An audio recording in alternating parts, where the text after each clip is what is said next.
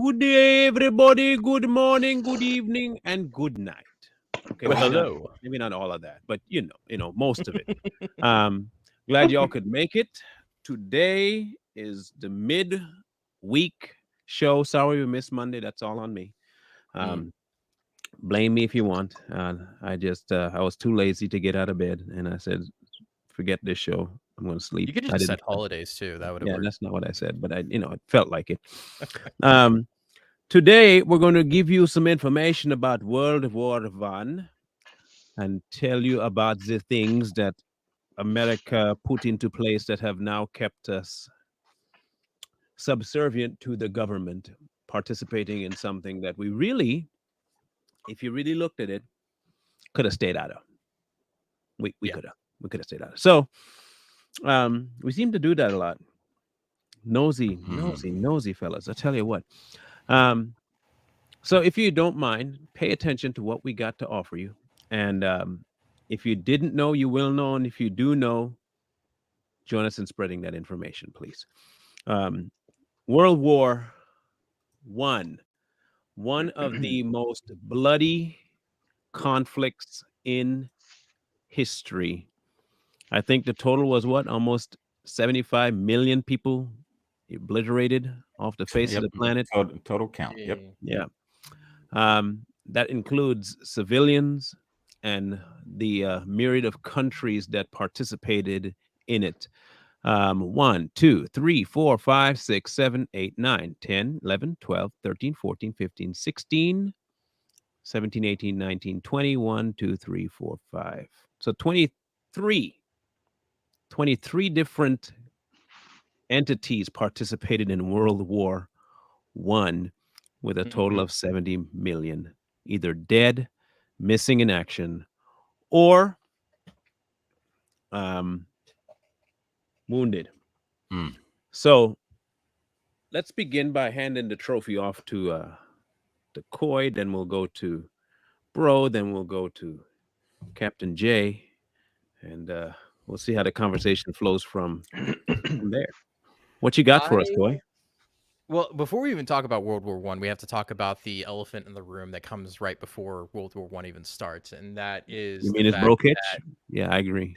No, yeah, that's the murder. no, it's The it's murder. going to be it's going to be Woodrow Wilson coming into power, and then establishing both the Federal Reserve and the income tax is happening right before World War One actually kicks off. So World War One doesn't kick off until 1914, the year 14. previously, right? In October, they had just started, hey, we're going to pass the income tax. So everybody is now going to be taxed based on their income. Up until this point, this has never happened in the United States. Nobody has been taxed based on their income. It was all on tariffs and things that were sold and goods and things like that. So this tax has kind of been implemented. They did it a little bit in the Civil War, but then they got rid of it right after the war was over because it was meant to pay for the war. It wasn't meant to be a permanent tax. Now, Woodrow Wilson comes in and says, hey, you know what would be good? Let's tax everybody based on their income. And then guess what? 2 months later, what happens? After the Jekyll Island meet and all those bankers got together with the senator who was passing laws, instituted the Federal Reserve, what we know as the Central Bank of the United States, right? After we had already gotten rid of one of those not too long ago, right before the Civil War, now we got back into that. So this comes into the whole money portion of what starts World War One, right? Is why we got I don't know if you want to cover why Europe got into it, but for the most part, the USA was maintaining a neutral position on the war. Everything that started in Europe was because of all the interconnected alliances and them trying to keep things together. The Germany and Prussia trying to keep their power together, and Austria-Hungary as well, trying to keep all that stuff combined, even though up until this point the German states never liked each other and Germany wasn't a united Germany up until It's yeah, it's always always Germany. right? It's always Germany. It's their fault. So up until this point, Germany in itself didn't actually exist, right? We're talking about all the different states of Germany that existed under this portion, and Prussia came in with Otto von Bismarck and basically brought everybody to the table and said, we are now one people, right? And so that's kind of what kicks this whole thing off, is once the assassination of the, I believe it's I gotta look that up specifically. Austrian King Ferdinand. Austrian King. No, Franz Ferdinand, the prince, who was the heir to be of the empire at the time. That his assassination, which is really funny. Have you actually looked into how he died? Yes. By the way, okay, Michael, can you give a summary of events of what happened to Franz Ferdinand and how he died? He was shot. Yeah, he was shot. He Him was and his shot. wife was shot. But what happened before he got Oh, shot? I don't know. I know Somebody he was pulled the shot. trigger? That's why we got into the war. This sounds like some time traveler went back in time and said, "We messed up. We got to fix it." Right. So this is what happens. He's taking a car in the streets of Bosnia, because it's always Bosnia, right? It's the Balkans. He's in Bosnia, taking a car, doing his thing, and the assassins come up with grenades, throw it in the car, try to kill him, fails, right? They fuck up, they mess up, they're done, they have to go away, right? The dude, one of the other guys that were involved in the assassination, is just sitting having coffee after Franz Ferdinand leaves the guys that got killed, right, and was visiting in the hospital, comes by, just happens to drive by this dude's place who's having coffee, and he's like, "Oh crap, I could still pull this off." Pulls out his gun and shoots him twice. Like, all circumstance is how Franz Ferdinand died, right? It sounds like a total time travel trip movie where they messed up the original assassination and found the guy just happened to be driving by as he's having coffee. That's how Franz Ferdinand died. Just all circumstance. Sounds like an Ocean's 11 movie. Oh yeah, no, it's absolutely insane and how this dude died. But that doesn't even get to the point of how we got into the war, which is much later when it comes to the Lusitania being sunk by German U-boats. Right. So that's really where we start into this. So to kind of encapsulate both first and second, it all revolved around Germany wanting to have a world presence, world power, some sort of influence over world politics and economy. And because they did not succeed really with that in one, two occurred because of Mr. Stash. Yeah. The number two happened because of the unequal treaty that was signed after the end of the war. One. Yeah. We created what happened in World War II. That's essentially where this whole stems about. Like, without the unequal treaty of World War I, World War II doesn't happen. Right. The other thing that is funny about the situation, it only took Germany 100+ more years to get in control of Europe through the EU. So they finally achieved what they were looking for. They got it. They got it. So bro, maybe you can answer this part of the question here. Oh yeah. The casualty levels in this war has yet, because I know you and Coy were both servicemen. Yeah. Who served longer? Oh, that would be definitely him. Okay. In your estimation, because you've been in what, 22 or 21? Almost 22. Almost 22. Yep. So would you say that you have yet to see anywhere close in all of your years a number that rivals this war in death? Not even close. Even all the casualties from each, you can add up all the casualties from every year during the global war on terror, God rest their souls, and it still wouldn't add up to the amount of casualties that we saw in World War I. That's wounded and killed. That's counting civilians also. It doesn't even compare to the amount of people that were lost. Yeah. So, I mean, if you were to analyze let me see how best to phrase this, to analyze the pros versus cons of what took place, do you believe, and I know no life is ever worth what happened after a war. I'm not saying that any war that happened for the most part is ever worth the lives lost during the war. But do you think that the benefits post-war even remotely came close to the casualties that came because of it? And if so, what exactly do you think the the casualties, what role that played in policies afterwards. I mean, I think with the casualties and the killings going on, of civilians, and a lot of civilians were just killed just to be killed. I don't even know when the Geneva Convention actually came around. It came about because of this war. Yeah, so there you go. So that was one good thing that came about was the Geneva Convention, but it only applies when you're fighting conventional armies. It doesn't apply with unconventional forces. Yeah. So that or if nobody wants to follow it to begin with. That's why a lot of the casualty rates have steadily dropped when it came to civilian casualties and wars beyond that, because of Geneva Conventions, because we can't just capture a POW, or we can't have a POW and just, put them on a firing line and kill them. So you see a lot of casualties drop. So that was probably one of the good things that came out of this war, is that they did look at that. Like we killed way too many people, women, children, kids, they didn't care. So we have to come up with something to help counter that, which created the Geneva Convention. Okay. Now, we had spoken before the program started. We're just going to touch on this. The population today, to try and put this into a little bit of perspective for folks, okay, is about 323, 24 million Americans, right? Maybe 370 million if you count the illegals. That's not true, but I'm just saying it's a lot. The population of African Americans is about 41 to 43 million. Now, remember, throughout the war, 70 million people died.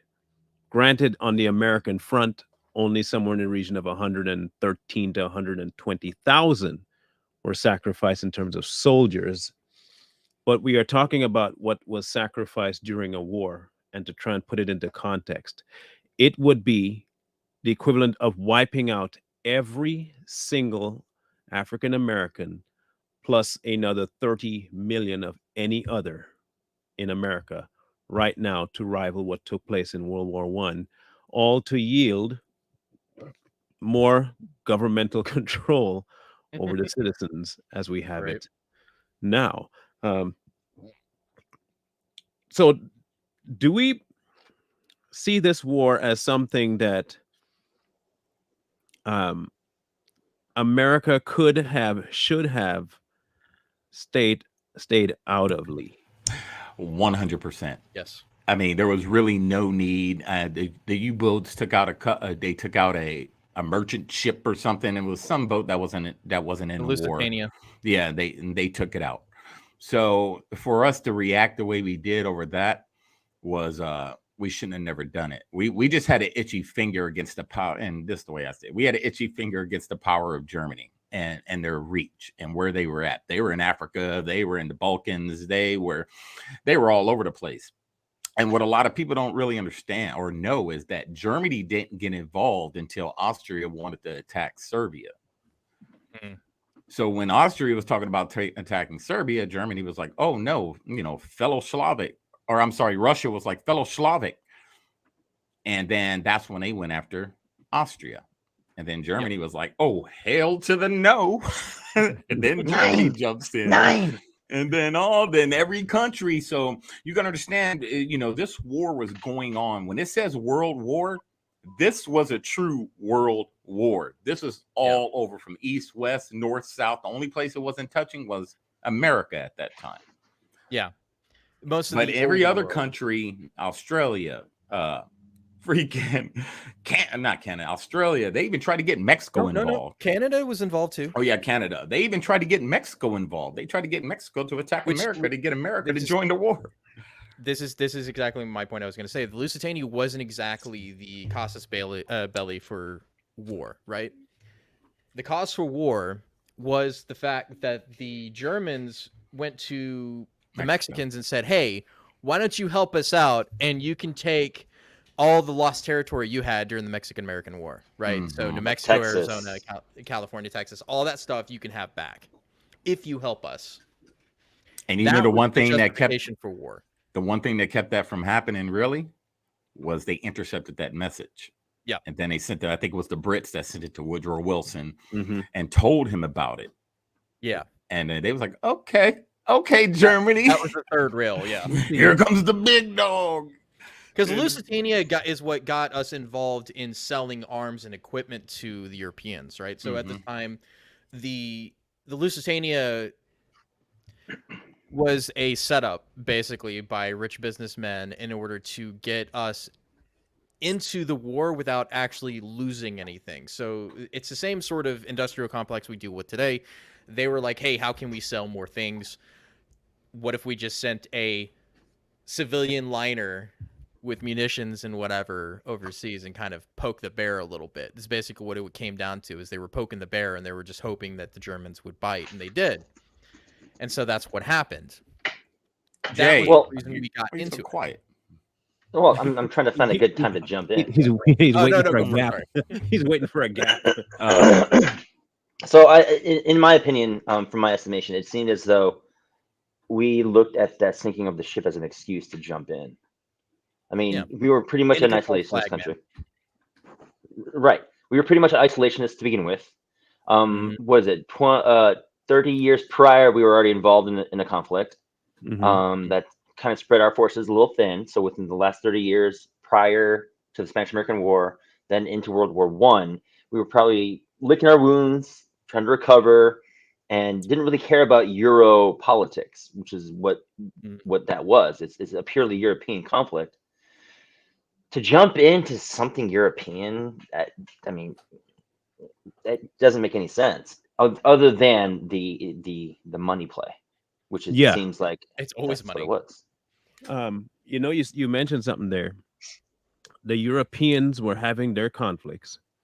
We were still in. Now, remember the war we talked about before. We had established ourselves as a naval power by that point. There was nothing left for us to prove.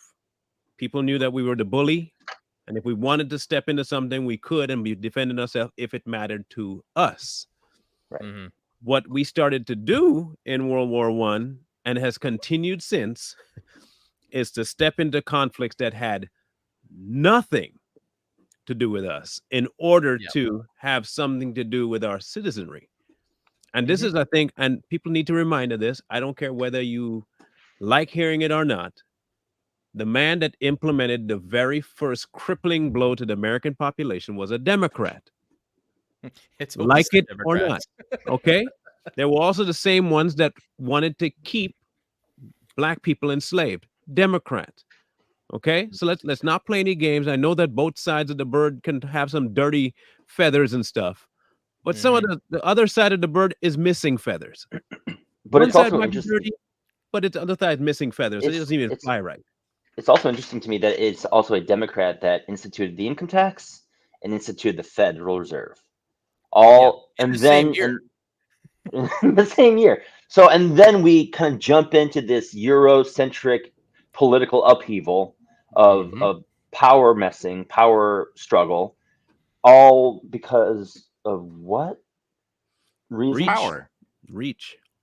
Reach, money, power, Resources. getting it You know, that's probably one of the number one reasons to going in for any war. Do you really think the Russians cared about Serbia? Do you really think, or was it the resources that Serbia had and Russia was worried about Austria taking those resources? Mhm. So a lot of it was based on resources. Yeah, you know, you didn't want people in your turf. I get it. You got to flex a little bit and show your power, but you don't try to flex and you lose. You know, Here's a kicker. Here's a kicker. They were struggling for resources. America was resource rich. There was literal, and I mean literally, no need for an income tax, like Koy said. No need for a centralized banking system, like at all. All you Still had don't. to do was maintain the way things were going. And if you needed a wartime fund or a coffer, you could do the same thing you did during civil times. You just petition, you get your funding, cut it off, and be done. If they had even remotely left that the way it was, America would not only be a superpower on the militaristic side, it would have been a superpower on the economic side. And every nation, literally every nation on earth, would have to come to America for resources, because by then the rest of the world would be so much depleted from fighting.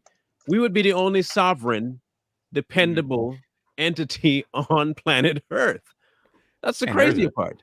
It's insane. It really is. I want to point out something that people don't really understand. So you've heard of war bonds, right? Do you guys know Mhm. what war bonds actually are? Mhm.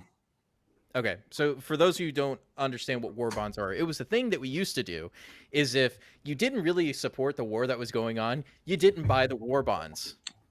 That's how it worked. If the government couldn't justify why you needed to buy their bonds in order to continue a war, you didn't buy the bonds. That's how you protested a war, was not buying the war bonds. That's how they were able to keep wars going, right? It's the same thing that happened in World War I and World War II, is that they wanted people to buy the bonds so that they could keep fighting. At this point, they spent as total $33 billion, which was 42 times larger than the Treasury receipts actually had at the time. So guess what they had to do with their newly established income tax? Raise taxes in order to pay for a war they couldn't afford to begin with. Hmm. Yeah. To come out with more casualties than they should have had. Yep, which Right? cost them more And money, less and money. it cost them more money with all the casualties, and it cost a lot of money, to pay those families because they had to pay them. But And there's a lot of people out there that truly believe in taxes, but you have to ask yourself, how did we function before taxes? fun. We functioned fine. Roads got taken care of, people got paid, military got taken care of to an extent. But you got to look at that, Now, It's But back to the war. a question for Coy. Mm. The rumor was, and I don't believe this for a second, the rumor was that after one, there was a massive jump in the economy for America for about, I don't know, 45 months. Yeah, something about that. I think that might be more of a how should I say this? A padding than a truism. Yeah, no, How right would I be in that? No, I mean it's true in a sense that you got to think of the industrial vacuum that just happened. War was just ravaged in Europe, right? So all the industrial plants that we existed in Europe at the time are gone. So who's producing things? The United States. Who has all the bonds and stocks and companies that are producing the things? The United States, right? So it's an artificial inflation of the economy because we're the only ones producing anything. If you have a monopoly on production, you make a lot of money. So, yeah, but then again, we also know what happens right after World War I goes right into the Great Depression after all of this giant bubble that came up and then popped. Exploded because it was all inflationary. Yep. Because it wasn't real. It was Yeah. fake. It was all fake to begin with. Like they just had an artificial bubble. And that's what caused the collapse in the first place, is because it was an artificial bubble. It was bound to happen. So I do have to ask the question though, in terms of, because within considering that World War I was within the last decade or last century, what political ideologies came out of that? Because that played an important part in how Europe functioned in terms of their dealings interpolitically and internationally. It got rid of the last vestiges of monarchies Royalty, and empires, right? So we went. This is where like Europe finally goes into what they call, their democracy phase. Mhm. That's where it really comes about. So we start seeing Germany coalesce around republicanism. Same thing with France, Europe, and all the other ones. They start coalescing around the idea of parliamentary systems. Mhm. And That's when they good thing that comes out of it. when they got rid of all those empires, it also created other nations. The Ottoman Empire controlled a lot. So, out of the Ottoman Empire, all these other nations started popping up. And a lot of these nations are fairly young. Syria. You had Yugoslavia, Syria. Poland, Mhm. Soviet Union, Lithuania, Estonia, Latvia, Austria, Hungary, Syria. Czechoslovakia, Turkey, and Yemen. So Yeah, you had the a biggest thing that comes out of this is the Ottoman Empire fracturing, right? And promises made to the Arabs in the Middle East that were not kept. And this is why we have such a terrible time right now in the Middle East now, is because of promises that were made to to the Arabs and not kept, especially in Saudi Arabia. That's why we have such an issue with them today, is because we promised them certain things and nobody lived up to that promise to them. There was And no so they intention to. helped defeat the Ottomans, but they didn't get anything out I of don't it. want to. Let them burn. Shit. That's all I That's the care. point. It's like the Middle East is such on fire. It's because of our Listen, yeah, interventionism in the well, first place. I believe it's not our problem anymore. Well, here's the But thing. Here's the thing. But if we're gonna touch on that, I don't think the theory was ever to try and do anything for them. Just the same way, no, I It don't wasn't, believe yeah. for a minute that Mexico was gonna get the 2 states back. Because there was, okay, let's be honest. Come on, let's be honest. There was zero way that anything in Mexico was going to subvert anything in America during that time, especially after our victories on the open seas. There was not going to happen. There was no way Mexico was even going to be a scratch on the surface of getting Texas or California back. It was not going to happen. yeah. So I don't think Yeah. that I don't think they were going to even get that guarantee when they were Yeah, told but to do it. No. and No, the probably one of the reasons, of course, I mean, this is common sense, that Germany did send them that message is, if we can get America in a homeland conflict, they're not going to get involved over here. Yeah. Mhm. And That was it the did. hope. It didn't work. You know what I mean? It didn't That was work. also the same thing with the Bolshevik Revolution, right? It was their hope that they could get Russia off their backs, so they And they sent didn't. They sent Lenin back to Russia, which started communism. So like this whole war is what messed up everything for the next century. Yep. And still doing it. Yeah.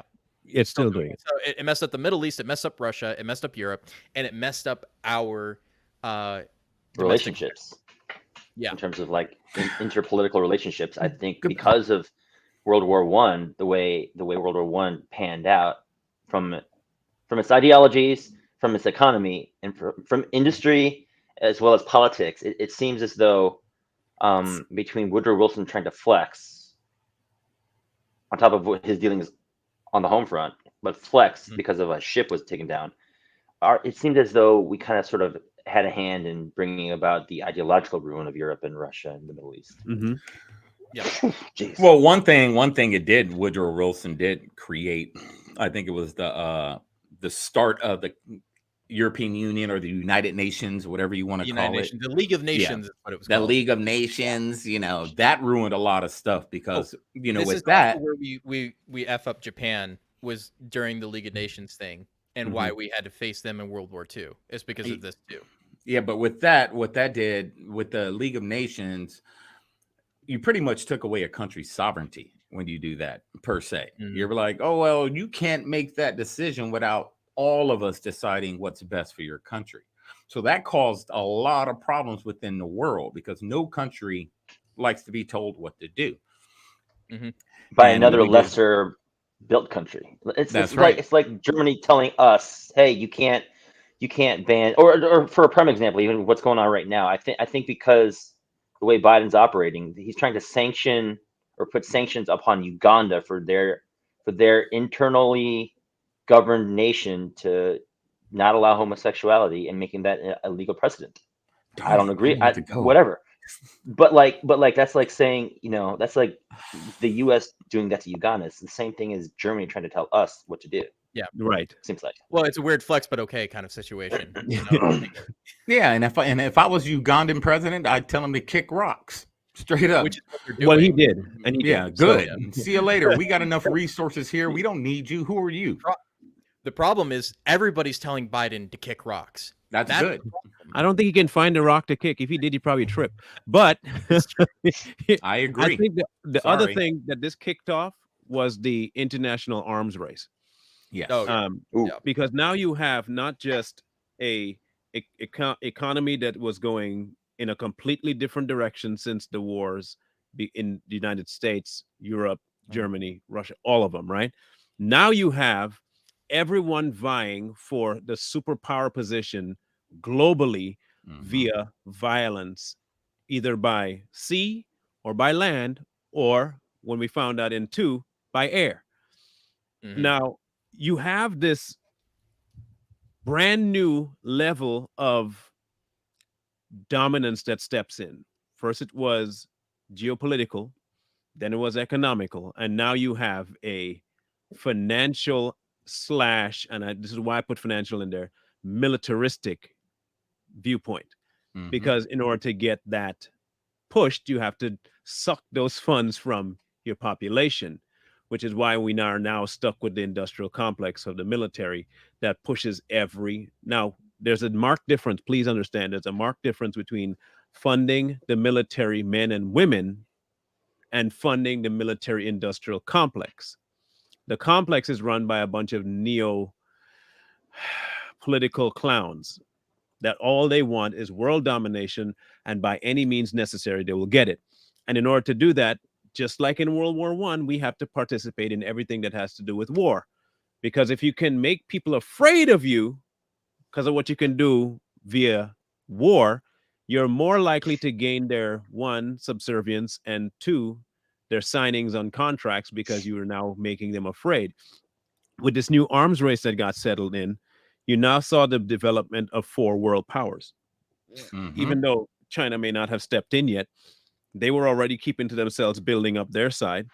Now you had the UK, you had Germany, you had Russia, and now you have the United States. And here you have what is in place right now, a global regime of superpowers that if we are to going to kick off three, which is about to kick off anyway, you're going to see now it's not going to come from ideological positions. It's all going to come from who has bigger guns. And I think this Yeah. is where it all stemmed from, was our inability to keep our uh, pennies unbunched and stay out. And you saw this It's after gonna be time. World War One. You saw the evolution of just weapons in general. Like when they first introduced the tank in World War One, it was a piece of crap. And then everybody's like, every country was trying to evolve that. Same with planes. There was air power in World War One. Then you just saw the evolution of it all, and it happened really fast. Like Really quickly. if you think about how fast it happened, every country is trying to stay one step ahead. When it came to the Panzer, the America was like, oh, we got to find something that can beat that. We created something else, and then every country is always, moving forward with their technology. But it's Yeah. also interesting that that was also the first instance of using chemical warfare as well. Must forget. Yes. Which is Cool. interesting. Random fact for you guys: did you know that the only reason we have aerosol cans is because of World War One? I believe it. Huh.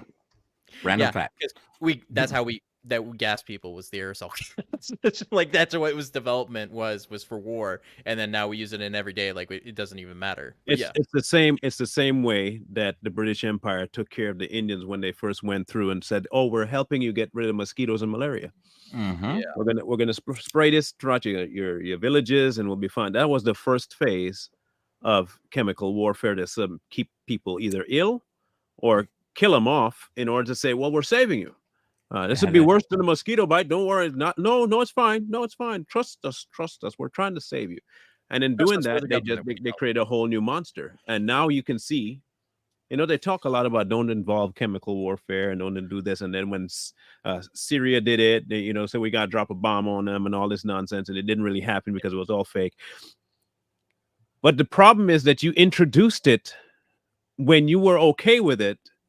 But when you think someone else is doing it in a place that doesn't concern you, then all of a sudden it's a problem. I don't attribute that to a current day uh, government issue. I really am convinced now that one was the very first linchpin of it being okay in a global use during a war.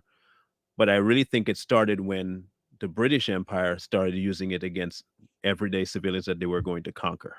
Yeah. The horrors of gas warfare is what made the idea of continuing that line be kind of stirred away from. So that's one of the reasons the Geneva Convention was started, was because of the gassing of civilian areas, also the gassing of troops.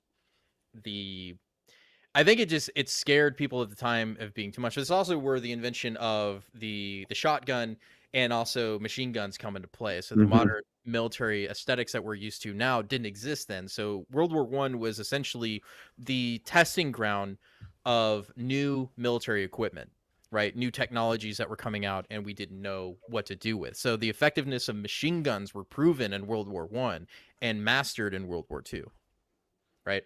I'm still surprised that we didn't do more shotgun usage because, as you know, in World War One, shotguns were deemed a war crime, sweeping through German trenches. Yeah, But it yeah, should have they been didn't take used. time into that.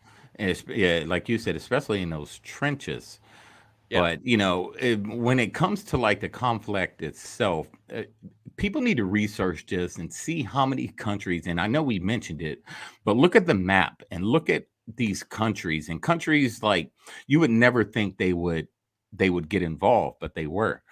So I Mm-hmm. mean, it's just crazy. And usually, what we hear about on our side in our history, we always hear about the Germans.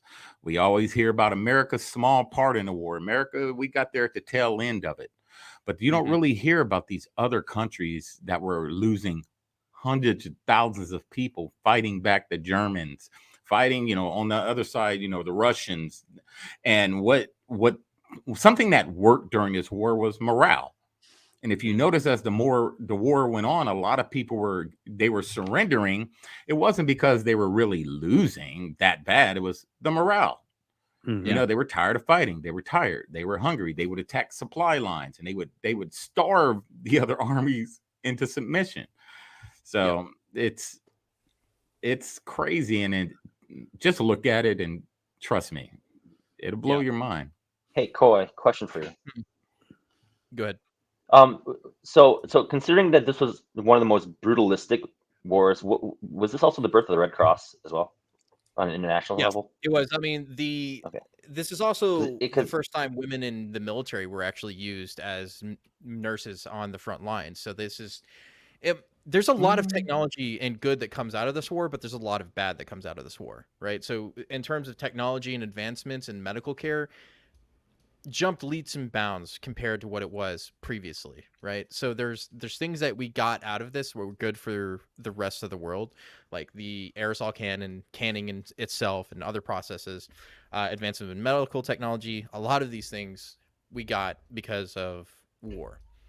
War Mhm. breeds innovation, but it also costs too much to do so in that regard. So the reason why Europe has maintained a central Eurocentric view on things is because of how long they've been at war with each other, right?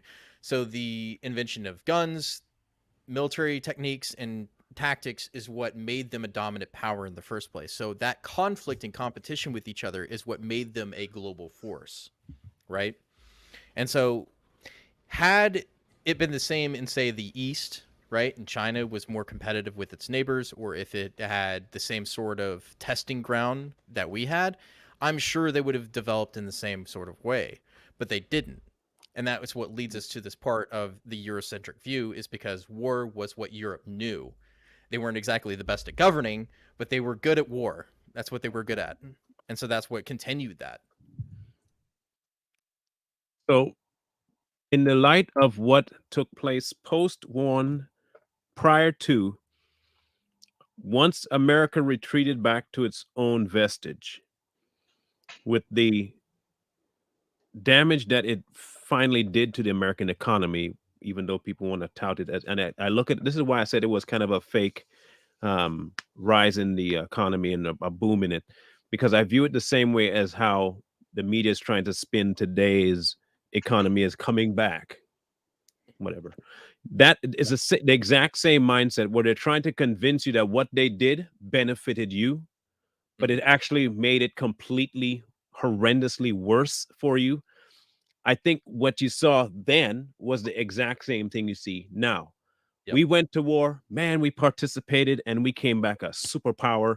And but here's the kicker. And as usual with every war that takes place, you have to have something give and take. The give is we won, the take is you lose. That kind of mindset. I think World War One solidified that as a new American government Yeah. mantra. And I want to point out this is the mistake that current American politicians and administrative state are making, right? Is they assume, wrongly, I might add, that they can continue off the success of what happened in World War One and World War Two, right? That we were an industrial power, we could still like make money off of this situation. The problem is that we don't export anything anymore. Mhm. We are Yeah. not in a position to be an exporter after a large global conflict. That's not going to be us. That's going to be China, or it's going to be Africa. It's not going to be us. We are not going to make out like bandits. We're not going to be the world superpower if there is a World War III. We are not situated for capitalizing on that. All we're going to do is lose. All we're going to lose is our economy and lives. That's it. We're not going to come out on top of that. And I think that's the plan, though.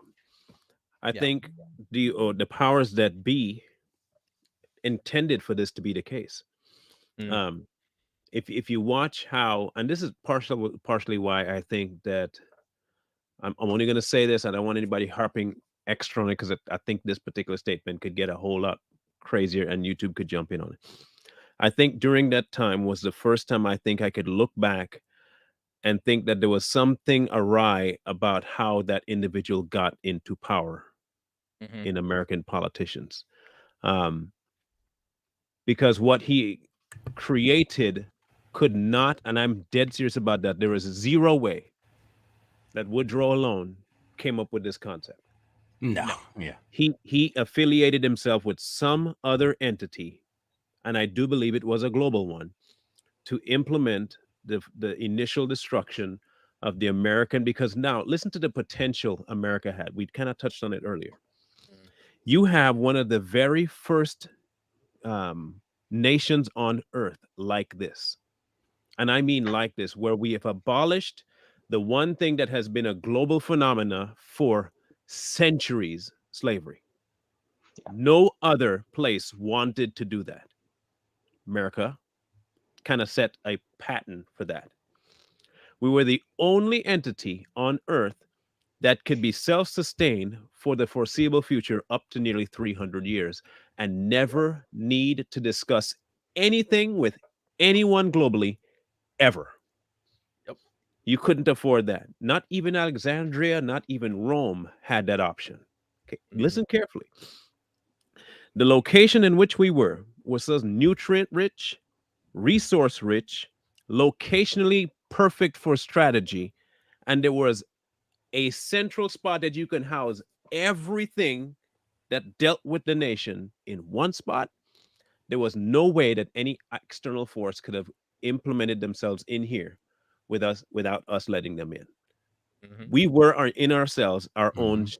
Great Wall of China, which is why I do not believe for a minute that a clown like Woodrow could have come up with that concept by himself without the implementation from another country to make things happen globally for us to have to participate in.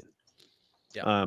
And now you see, I can see clearly now the results of what that did to where it put us now. And no matter, and this is why I said you can kiss the old America goodbye. It's not coming back because it's not coming back. There is no way for us to get it back.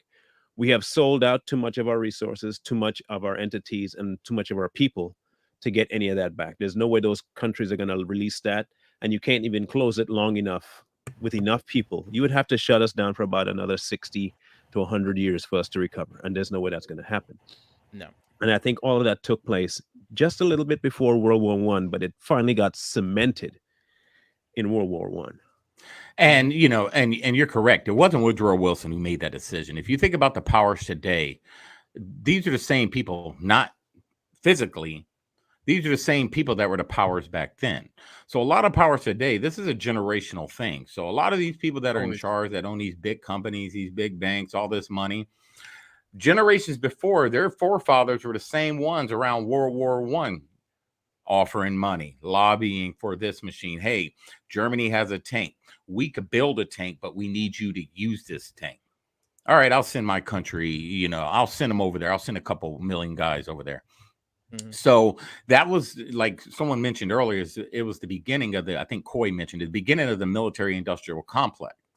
Yeah. These presidents, and even back then, he ain't nothing but a puppet, and money talked, and he wanted that money, and he sent a superpower. We wanted to be a superpower at that time. We were pretty much like a medium power, and World War One kind of put us over the top. Yeah. That put us in the start of the kind of American superpower hegemony at that time. And what we're seeing right now is in our lifetimes is the destruction and chaos that's going to come after the destruction of U.S. hegemony in the world. We're already seeing the existence of that falling, right? The BRICS nations, the central currency that's coming in, the digital currency that they're doing, Fed now.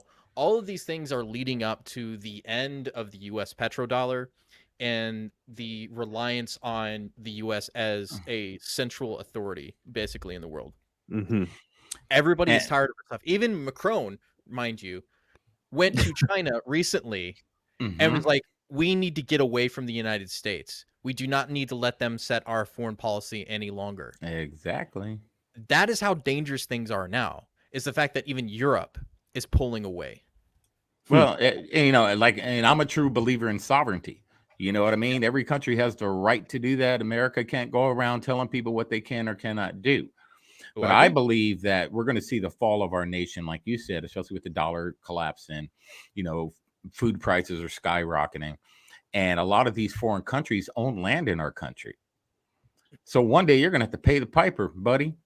We're going to build. This is my land. I own it. I own all this. Oh, we're going to build us a military base right here. I would say good luck with that, because the U.S. is in a unique strategic Mm-mm. advantage when it comes to world positioning, right? We have access to two sides of the sea. We have two distinct mountain ranges, right? It is nearly impossible in order to invade unless you go specifically through Canada You're not in order Or listening. Mexico. or through I'm Mexico. not talking about invading. I know, It's not. I know you're Yeah. talking about. Okay. Yeah, It's I'm saying, hey, you can come get your land if you forgive this or you do that. right? It's gonna be a lot of stuff like that. Yeah. And I said, like, even if the U.S. is like, nah, you can't have it, then there's not much they could really do about it. But I think the point that you're trying to make is that we need to rein it in, right? We need to stop giving a care about Europe and the rest of the world and focus on our hemisphere, right? We have tons of things we need to be doing here right now in the United States, and we shouldn't be worried about everybody else's protection. And that's the Right. problem. I would I I would should. also say, sorry, I was just gonna say I would No, also you're say good. rein it in, but also call in the debts that were owed. I mean, when was NATO established? 19. When I was NATO don't know. established? Like, It was Sorry, let me look it up. 1960s or 70s. It was had it to. 60s? I thought it It, was it, post World War it II. had to be at the World War II, right? Right. It was after World War II. I know Yeah, that the Okay. much. Allies. Give me a second. So Yeah. right. So call in the debts because we've been paying for European defense funds for since the 50s. It seems like after Hmm. NATO was established. 1952 was when Okay, NATO was signed. great. And ever since then, we've been paying out of our own money their defense funds. They haven't even been paying the 2% that they were contractually obligated to pay since that Hmm. time. Call in that debt. We've been paying your stuff. Fine. You don't want our involvement. We pull back all of our funding and all that. So you guys pay for your own selves. Good luck with China. Kind of Yeah, thing. well, Hmm. that's I what's think happening in I'd say we Germany call right it now. in. They've had MPs asking for U.S. withdrawal, basically, from Germany. Right? They're already saying that we need to get rid of Rammstein and a few other places in Germany. Is that we Do don't it. need the USA here any longer? And I'm like, great, we could save some money. Let's Do do it. that. Why? Do it. Why I'm aren't we? down. I That's the mean, problem. I love. To I admit was that we stationed can in. save money doing that. I was stationed in Germany and I loved it. But hey, if that's Yeah, something you got to do, bring it back here. That's a lot of money we're saving. So I agree. Well, here's the problem. I don't think that'll happen. it won't. Why? What? Okay. We know who's in charge. What benefit would it be for them? It's not any benefit.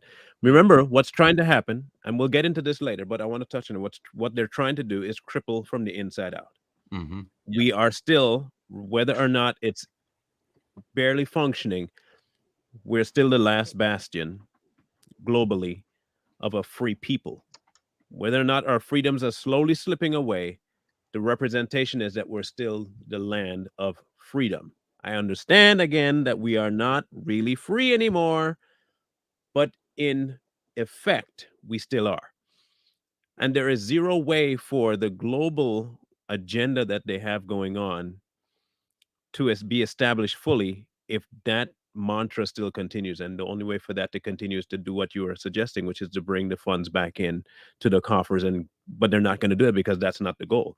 The goal is to cripple. And if you the best way to cripple is to keep loaning out until we become Yeah. insufficiently funding and collapse. And I think another one of their goals is to make us dependent on these countries also. Mm-hmm. If they can make us dependent on them, whether it comes to food, any type of resources, we were already dependent on oil when we shouldn't have been dependent on oil, but it's going to get to the point where we're going to be dependent on food, rice, wheat, and they're going to be like, hey, this is another way for us to bring another country in, i.e. the United Nations, to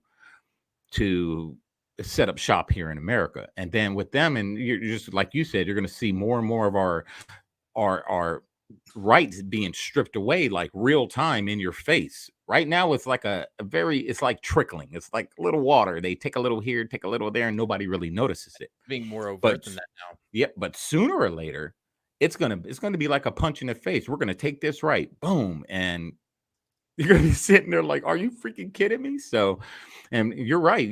They're trying to crumble it within. That's always been the plan. It's a Marxist movement. George Soros has talked about it multiple times about America.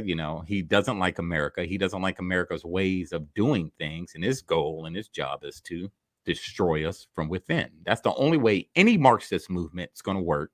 Any socialist, any communist movement is going to be effective is by starting on the inside and eating your way out. Mm-hmm. Then by the time you eat your way out, it's too late. Yeah, because we're seeing the ghost of the USSR right now is what's happening and playing out in front of our eyes. Is that they planned for the subversion of the U.S. in a long game, and they won that long game, even though they lost. Right, so it's like you get in a knife fight with a guy, and he stabs you really good in an artery, but it's going to take you a bit to bleed out. You killed him already, but you're still dying. Mm-hmm. That's what's happening, and you will die. Yes. Yeah. Yeah. It's just a matter of where you die. Where are you halfway to the hospital or nowhere near the hospital? Exactly. Like you're on still the gurney. out. You still won, but you're still lost. You know? You still lost. Now this will all be even more compounded when we touch on World War II, and you really see. Now I'm not Kanye. Okay, I'm not Kanye. I want to make sure people understand I'm not Kanye West. Yay. But I think you will see the reasons why Hitler was the way he was, and the reasons. Now, again, I'm not saying what Hitler did was a good thing for the people who he did it to, but we have to look at the reasonings and the what behind he did in order to understand our influence in it, our hand in creating someone like Hitler, and how we could have avoided someone like Hitler if we had just sit our ignorant behinds in our homes and chilled. And so when we touch on two and what that really, people want to talk about what kicked it off for America, we'll touch on all of that because that was all. That's a big one. That was all fanfare. Okay. Yeah. That was fanfare. So we'll touch on that on Friday. You know what his problem was? What? He wasn't Hunter Biden, because if he would have just sold his paintings more, there you go. He would have been fine. Yeah. And again, I'm going to say it again. This week, you guys had a whole other week. We didn't. Everything is a poor man's toilet bowl trick. You need to watch it before next week's episode, so then you can get an idea of where we're going. Because some of the stuff that was in that documentary, we're actually going to bring it up. Some of it. If you watch the documentary, we're going to bring a lot of that up. We're not just going to be super pro-American and hut 2, 3. Yes, we're pro-American, but we're truth Americans and we spread truth. Yeah. You got to get an accurate source of history. Otherwise, you just be a talking head, and we don't want to be a talking head. If the country and the powers that be did something stupid, you got to call it stupid. Yep. Warp speed, stupid. As much as I support that Mr. Orange, it was dumb. I'm sorry. See, it's how we can do that. Fight him in 2024. I'll tell you, it's gonna happen. Super easy to do. All you got to do is look at things objectionally and park your emotions for, I don't know, life. That would be great. Leave your emotions out of life-changing decisions, and people will be fine. Exactly. So we'll talk about World War II on Friday. The show will be up at least for you guys to start sharing by tonight. Good job, Kayla. So you can get things moving, get it out there, make people know you're coming, and tell them to come too, because we're going to be sharing information that most other places are not going to tell you honestly without an agenda. right. We are not Turning Point USA, and we're definitely not the Young Turks. And we're not a mash of the two at all. We are nothing like them because we're not going to be paid by one agenda pushing machine or the other. Just understand that. When we see the truth, we spit it out. If it ain't true, we'll tell you. So just understand that's how it's going to go. So this is the Savage Patriots, and we will see you guys on Friday. Jay Lee. Like, share, comment, subscribe. We out. We are out. Peace, peoples.